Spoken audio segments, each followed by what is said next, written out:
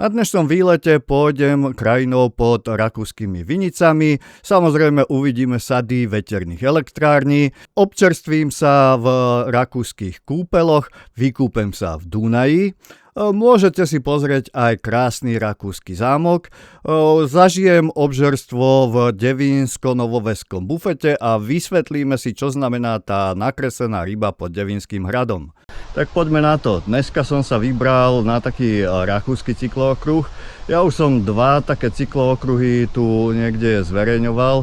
Jeden taký cez Edelstahl a vracal som sa cez Heimburg. Potom druhý okruh cez Schlosshof a zase na Heimburg, vlastne oproti. A teraz tieto dva okruhy chcem spojiť, čiže vyrážam na Edelstahl, pôjdem na Schlosshof a možno sa vrátim cez Devínsku teda naspäť. A keď to pôjde dobre, tak možno to podťahnem ďalej až do Marchegu na ten nový most. To ešte teraz neviem, nechajte sa prekvapiť. Takže teraz vyrážam smerom na Rakúsko a vrácať sa budem cez Devínsku Novú Ves. Z toho titulu, že vlastne teraz, keď začínam, v tom Rakúsku nie sú žiadne občerstvovacie možnosti. No a keď už toho budem mať plné zuby, tak na tej slovenskej strane potom, keď pôjdem, tak tam je bufetov plno. Čiže toto je môj dôvod, vy si to zvolte, ak chcete. No a aktuálne vyrážam vlastne z Karloveskej zátoky. Je to tu kúsok od mostu Lanfranconi, ale tu sa mi to páči, ešte som tu myslím, že takýto úvod nerobil, takže začínam odtiaľto. Vy si môžete, ak ste mimo Bratislavský, nechať auto niekde pod mostom Lanfranconi, aj keď tamto býva dosť plné. Odporúčam skorej na hraniciach s Rakúskom, tam sa dá nechať auto.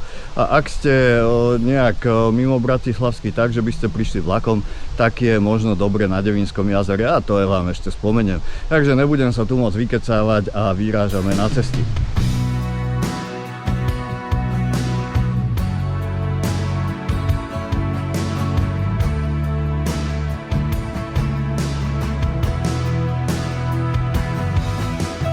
Na Petržalskej strane potom máte dve možnosti. Ja som teda volil cez les, ale môžete ísť aj po hrádzi. Je to také jednoduchšie, ale idete po slnku a v podstate taká nuda. Ale cez ten les je to určite krajšie. Sú tam dokonca 3 veľké vojenské bunkre, celkom zachovalé, 2 sú zavreté a do toho jedného sa dá dokonca aj nazrieť, keď tam je obsluha. Takže ja osobne odporúčam túto cestu a ešte keď svieti slnečko, idete v chládku a idete popri Dunaji a pokiaľ by bolo moc teplo, môžete sa tu aj dokonca okúpať.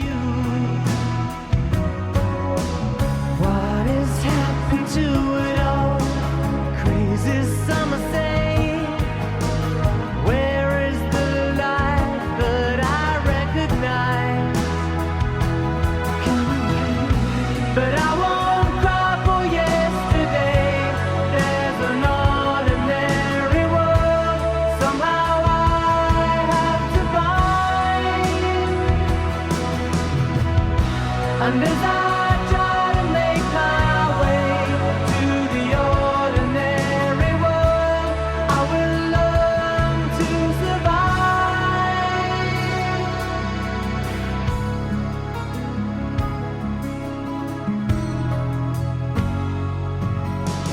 Passion or coincidence once prompted you to say, pride will tear us both apart.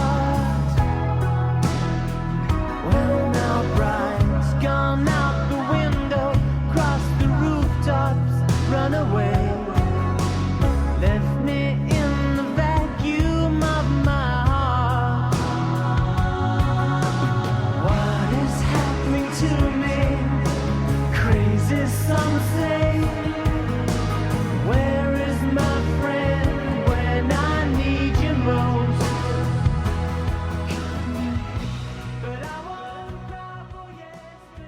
No takže som prešiel celú trasu cez vlastne za hranicami cez Berg, nie Kice, ako som spomínal, čiže ide sa Berg, Edelstahl, potom Hunsheim a nakoniec som zakotvil v rakúskych kúpeloch Bad Deutsch-Altenburg, kde som si sadol na teraske a potreboval som už doplniť aj nejaké tie sladké tekutiny.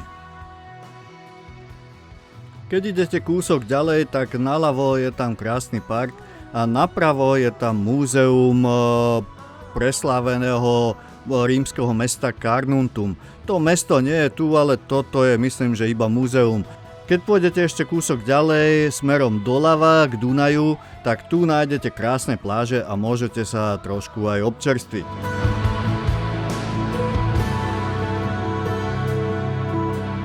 Papers in the roadside tell of suffering and grief. Fear today, forgot tomorrow. Obvykle chodievam tak, že odtiaľto už idem smerom na Heimburg a do Bratislavy. To je taký okruh, ktorý má zhruba do 50 km. Ale dneska som sa vydal cez Dunaj smerom na Schlosshof a do Devínskej Novej Vsi.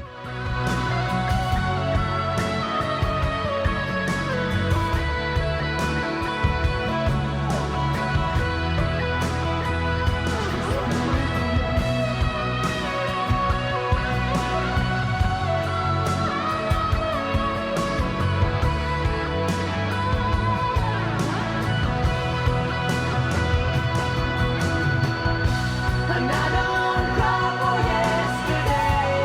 There's an ordinary world.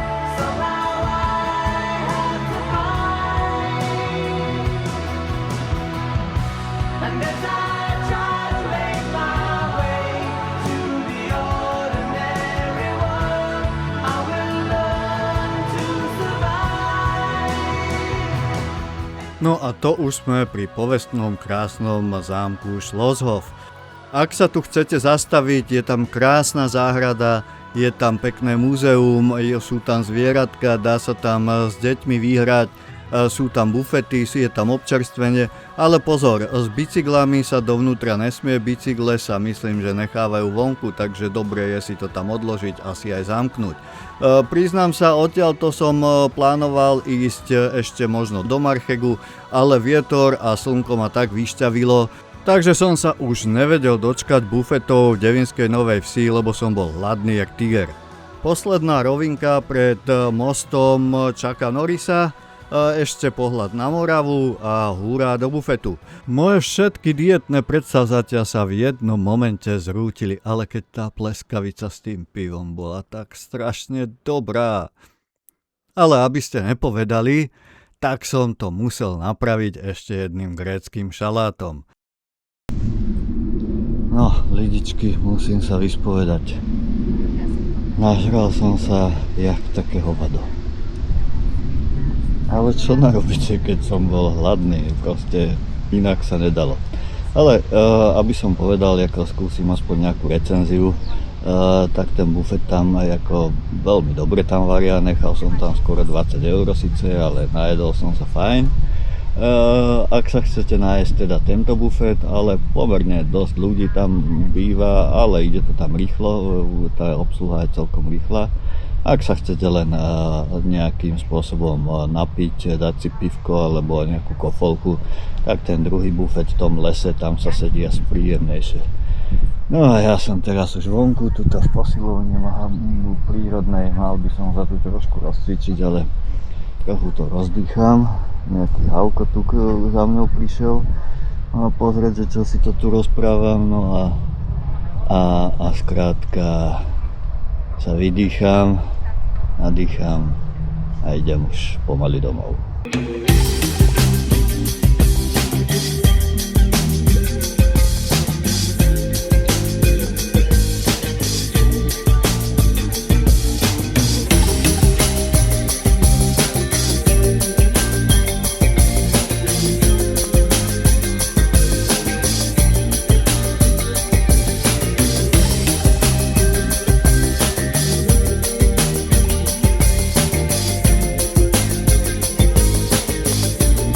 No a na tomto mieste by som sa chcel ešte zastaviť. Ak si myslíte, že si tu niekto nakreslil len tak rybičku, tak to nie je pravda. Je to tzv. Víza veľká, tak táto ryba je vo skutočnej veľkosti a takéto ryby niekedy plávali v našom Dunaji a boli ich tu tisíce.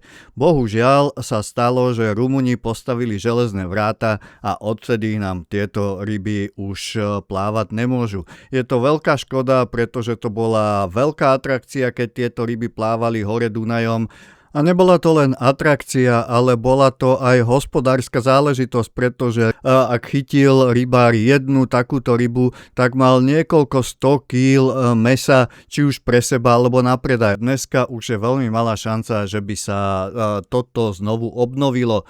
Sú ešte niektoré jedince, pretože tieto ryby sa dožívajú vraj 100 rokov. A niektoré sa vraj nachádzajú ešte občas pod touto priehradou, pod tými železnými vrátami, také, ktoré si ešte pamätajú, ako sa migrovalo, ale toto sú už posledné kusy a máme asi len pár rokov na to, ako týmto rybám umožniť znovu migrovať po tom Dunaji. Ale vyzerá to, že je táto vec už definitívne stratená a je to obrovská škoda. Takže jednu pamiatku na túto rybu nájdete v prírodovednom múzeu ako model v životnej veľkosti, no a druhá pamiatka je táto kresba. Tak keď pôjdete okolo nej, tak si pamätajte, že tu nie je len tak. No to bolo také smutné zaspomínanie na niečo pekné, čo sme tu v Bratislave mali a už asi mať nebudeme, ale bohužiaľ svet je taký a teraz máme tu bicykle, takže poďme na cesty ďalej a vraciame sa smerom do Karlovej Vsi.